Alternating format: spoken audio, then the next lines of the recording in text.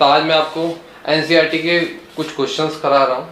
Question number 1, 2, 3, 4 और 5 जो उसमें प्रॉब्लम आ सकती है, जहाँ आपको सारे क्वेश्चंस करा रहा हूँ। जहाँ जहाँ प्रॉब्लम आएगी तो आप सारी एनसीईआरटी निकाल लें। क्वेश्चन को मैं रीड आउट करूँगा और उसके बाद एक एक करके मैं आपको यहाँ क्वेश्चन सॉल्व करके दिखाऊंगा। सर बेसिक्स, जिनके बेसिक क्लियर हैं वही क्वेश्चन को अटेम्प्ट कर सकते हैं। तो बेसिक मैंने सारी क्लासेस में आपको बता दिए थे सारे, ठीक है। तो एनसीईआरटी की बुक निकाल लें, एनसीईआरटी की बुक निकाल लें। एक्सरसाइज 3.1 एनसीईआरटी सीबीएसई बोर्ड है। पहला क्वेश्चन देख ले जरा, क्या कहता है। पहला क्वेश्चन कहता है in the matrix A, matrix दे रखा है 2, 5, मैं रो वाइज पढ़ रहा हूँ। 2, 5, 19, -7, 35, -2, 5/2, 12, √3, 1, -5, 70। Right the order of matrix, इसका ऑर्डर बताना है आपको, ठीक है। उसके बाद the number of element, order से फिर आपको बताना है नंबर ऑफ एलिमेंट, एलिमेंट कितने हैं इसमें। और right the element A13, A21, A33, A24, A23। इनकी पोजीशन बतानी है कि इस पोजीशन पे कौन से एलिमेंट है, इसकी वैल्यू लिखनी है, ठीक है। तो क्वेश्चन कहता है हमारे पास A equal to, question number 1, A equal to दे रखा है हमें 2,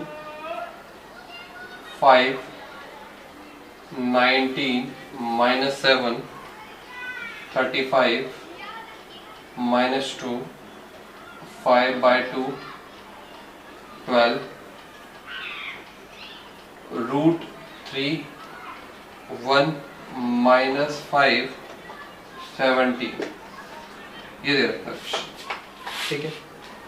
अब वो क्वेश्चन में कह रहा है, पहला क्वेश्चन कह रहा है कि ऑर्डर ऑफ मैट्रिक्स क्या होगा इसका। सबसे पहली बात, ऑर्डर निकालने के लिए सबसे पहले हम देखते हैं इसमें कितनी रो है।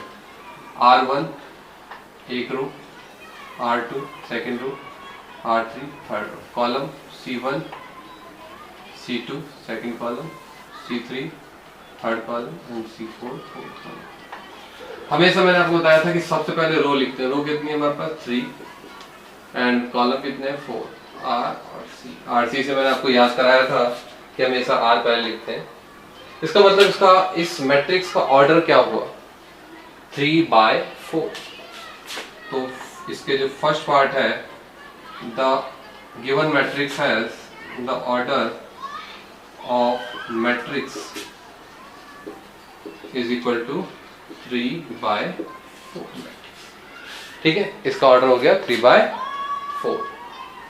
अच्छा, इसके बाद सेकेंड पार्ट इसमें कहता है द नंबर ऑफ एलिमेंट क्या होता है। जो नंबर ऑफ, सेकेंड इसका आंसर जो है, सेकेंड पार्ट इसी का, जो ऑर्डर का प्रोडक्ट होता है उतने ही नंबर ऑफ एलिमेंट होते हैं, मैंने बताया था आपको। तो 3 × 4, इसका मतलब आंसर 12। इसका मतलब the number of element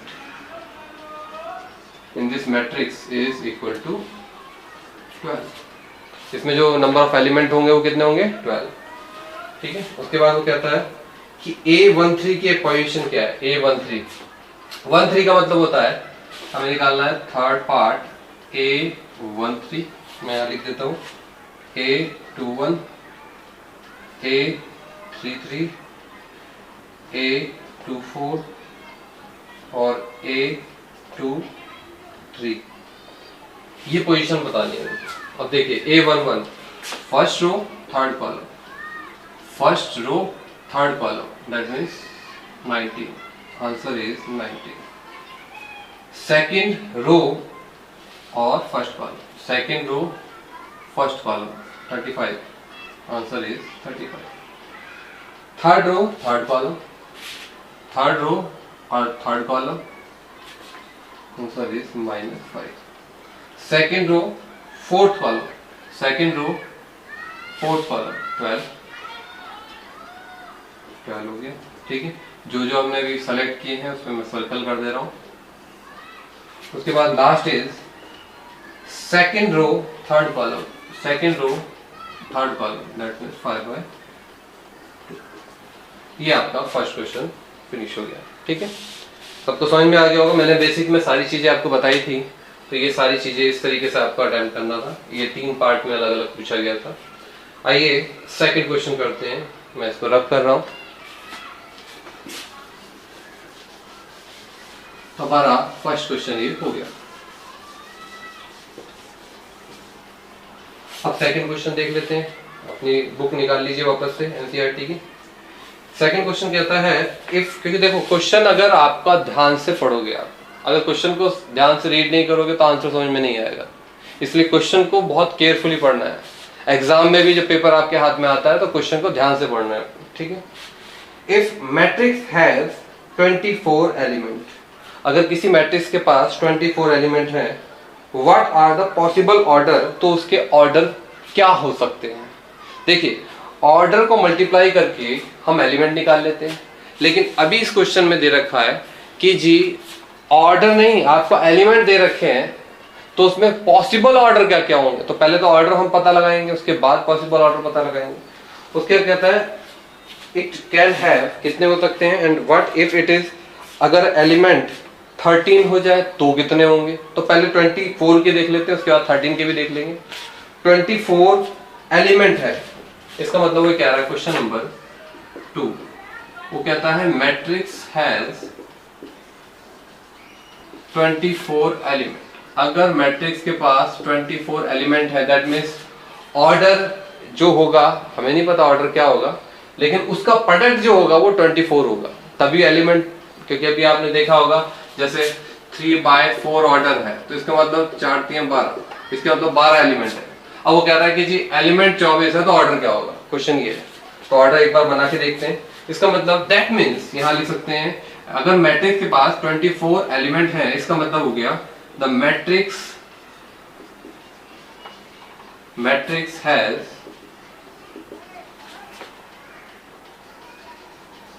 order, कितना ऑर्डर, ऑर्डर प्रोडक्ट इज 24। इसका मतलब हुआ कि अगर किसी मैट्रिक्स के पास एलिमेंट 24 है तो उसके ऑर्डर का जो प्रोडक्ट होगा वो 24 होगा। इसका मतलब ये हुआ, ठीक है। 24 है तभी 24 एलिमेंट है। अब वो कैसे होगा आइए देख लेते हैं। तो 1 लिख दें हम। 1 में किसकी मल्टीप्लाई करें कि प्रोडक्ट की गुणा जो आया उसकी वो 24 आ जाए। तो 1 में 24 की मल्टीप्लाई कर दें तो 24 आ जाएगा, ठीक। अच्छा तो और देख लेते हैं। 2 में किसकी मल्टीप्लाई करेंगे 24 आ जाए, 12 की, तो भी 24 आ गया। 3 में किसकी मल्टीप्लाई करें 24 आ जाए, 8, 8 3 24। 4 में किसकी मल्टीप्लाई करेंगे 24 आ जाए, 6 की करें, ठीक है। 5 में नहीं हो सकता। इसका मतलब आपके पास ऑर्डर ये आए। अगर ऑर्डर ये आए तो इसका मतलब ये हुआ, इसकी अपोजिट भी तो कहलाएंगे 24 और 1, 12 और 2, 8 और 3, 6 और 4, ठीक है। ये सारे ऑर्डर बनते हैं। अब इसका मतलब ये हुआ कि ऐसे मैट्रिक्स जिसके पास 24 एलिमेंट है उसके ये ऑर्डर हो सकते हैं, ठीक। तो इसको हम लिख देंगे hence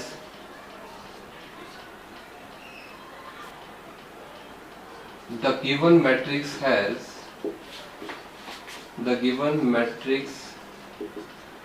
has possible orders। तो पॉसिबल ऑर्डर्स होंगे वो कितने होंगे, 8 होंगे। कौन कौन से होंगे, 1 multiply by 24, 24 multiply by 1, 2 multiply by 12, 12 multiply by 2, 3 multiply by 8, 8 by 3, 4 by 6 and 6 by 4। ये इसका आंसर होगा, ठीक है।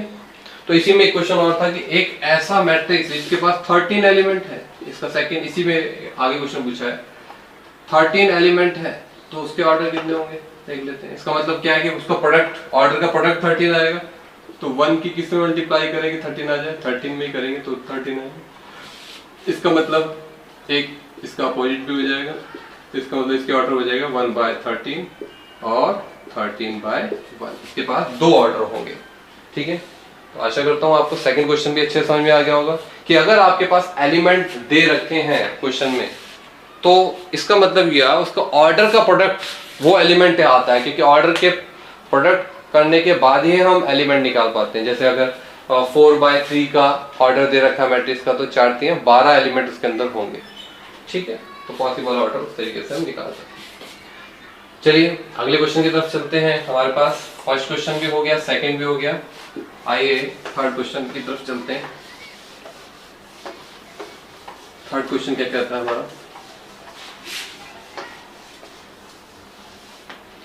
क्वेश्चन नंबर थर्ड कहता है इफ मैट्रिक्स हैज 18 एलिमेंट, तो द पॉसिबल ऑर्डर क्या होंगे? अभी मैंने क्वेश्चन करा दिया, बिल्कुल रिपीटेड है। और अगर 5 एलिमेंट होंगे तो क्या होगा? 5 × 1 और 1 × 5, 2 ऑर्डर हो गए। एंड 18 का आप अलग अलग निकाल सकते हैं, 1 × 18 तो 18 आएगा, और फिर 2 × 19 तो 18 आ जाएगा, 3 × 6 तो 18 आ जाएगा। तो उसका अपोजिट कर देंगे, 4 में नहीं आता 18। ठीक है, तो ये इसी के जो मैंने आपको बताया मल्टीप्लाई, इसी के अपोजिट कर देंगे तो वो ऑर्डर आ जाएगा। ठीक है, तो ये आप कर सकते हैं अपने आप की। क्वेश्चन थर्ड बिल्कुल सेम है, बिल्कुल ठीक है। तो क्वेश्चन नंबर 4 में चलते हैं जरा। क्वेश्चन नंबर 4 क्या कहता है? कंस्ट्रक्ट 2/2 मैट्रिक्स, ऑर्डर है 2/2 matrix, A = Aij, compact form of matrix का क्वेश्चन है।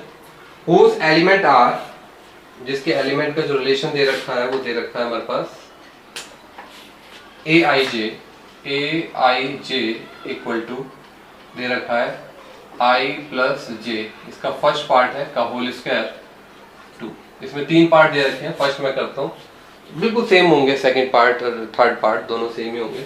फर्स्ट पार्ट करके दिखाता हूँ। तो कंस्ट्रक्ट 2/2, इसका मतलब 2/2 ऑर्डर का मैट्रिक्स है, कॉम्पैक्ट फॉर्म है। तो पहले तो आप 2/2 ऑर्डर का मैट्रिक्स, क्वेश्चन नंबर 4, ठीक है, थर्ड आपका सेम है, रिपीटेड है, तो आप वो कर सकते हैं अपने आप। तो 2/2 का मैट्रिक्स मेरे को बनाना है, तो मैं 2 रो RC यहाँ लिख देंगे, तो 2 रो और 2 कॉलम, C1 C2 A11। अब थोड़ी सी स्पीड बढ़ा लें, आपको समझ में आ गया होगा। ठीक है, तो ये ऑर्डर है। तो इसका मतलब आपको A11 ये निकालना है, A12 निकालना है, A21 निकालना है, A22 निकालना है। तो देखिए A11 में देखिए जरा क्या है, रिलेशन लगाएंगे। A11 का मतलब क्या है? I कितना है 1 और J कितना है। एक दो बार मैं पूरा एक्सप्लेन करूंगा, उसके बाद मैं डायरेक्ट लिखना स्टार्ट कर दूंगा, तो आप भी अपनी स्पीड बढ़ा लें। तो इस रिलेशन में जहां I है वहां क्या रख देंगे 1 प्लस J की जगह 1 है का होल स्क्वायर, 1 + 1 2 का होल स्क्वायर, तो 2 दूनी 4 और 1 कट गया 2 आ गया। इसमें I कितना है हमारे पास 1 और J कितना है हमारे पास 2। वैल्यू पुट करेंगे, वैल्यू किसमें पुट करनी है? I J का होल स्क्वायर बाय 2 इसमें पुट करनी है। I कितना है 1, J कितना है 2 का होल स्क्वायर अपॉन में 2, 2 और 1 3, 3 का होल स्क्वायर 9, 9/2। I कितना है हमारे पास 2, J कितना है हमारे पास 1 रख देंगे, I की जगह 2 + 1 का होल स्क्वायर सेम आएगा, 3 3 9। ठीक, अच्छा यहाँ पे I कितना है 2, J कितना है 2, वैल्यू पुट करेंगे, I की जगह भी 2, J की जगह भी 2 का होल स्क्वायर, 2 और 2 4 का होल स्क्वायर, 4 चौक 16, 2 और 8 16। तो हमारे पास वैल्यू जो आ गई वो क्या आ गई हमारे पास इसकी? A11 कितना है हमारे पास 2, A12 कितना है 9/2 और A12 कितना है वो भी 9/2 और ये कितना है 8। And this is the final answer. ठीक है, तो ये समझ में आ गया होगा आपको। आगे चलते हैं, क्वेश्चन नंबर 4 का सेकंड पार्ट सेम है, थर्ड पार्ट बिल्कुल सेम है। क्वेश्चन नंबर 5 पे देख लेते हैं। Construct 3/4 matrix whose element are given by 3/4। तो सबसे पहले 3/, क्वेश्चन नंबर 5 में देख लेंगे जरा। क्वेश्चन नंबर 5 में 3/4 का ऑर्डर का मैट्रिक्स बना लेना है। उसके बाद सेम कंडीशन दे रखी है। 3/4 में कैसे बनेगा? रो 3 कॉलम कितने 4, तो कितना आएगा R1 R2 R3 C1 C2 C3 C4 मतलब A11 A12 A13 A14 A21 A22 A23 A24 A31 A32 A33 A34। ठीक है, ये ऑर्डर बना लिया। उसके बाद नीचे रिलेशन दे रखा है aij इक्वल टू 1/2 मोड में -3i प्लस j। मोड का आपका एक ही मतलब है, जब आप वैल्यू aij की पुट कर रखे होंगे, वैल्यू i और j की वैल्यू पुट करेंगे तो मोड में जो भी डिजिट बाहर आएगी वो नेगेटिव नहीं होगी, वो पॉजिटिव हो जाएगी। इतना ध्यान रखना इस क्वेश्चन में। सेम क्वेश्चन है second part aij equal to 2i minus j, same again question same है। ठीक है, ये पांचों क्वेश्चन मैंने आपको करा दिए हैं। आशा करता हूँ आपको समझ में आ गए होंगे एनसीईआरटी के सारे क्वेश्चन। नेक्स्ट क्लास में एनसीईआरटी के बाकी पांचों क्वेश्चन जो बचे हैं, टोटल इस एक्सरसाइज में 3.1 में 10 क्वेश्चन है आपके, 5 मैंने आपको करा दिए हैं, 5 नेक्स्ट क्लास में आपको करा दूंगा। Thank you very much.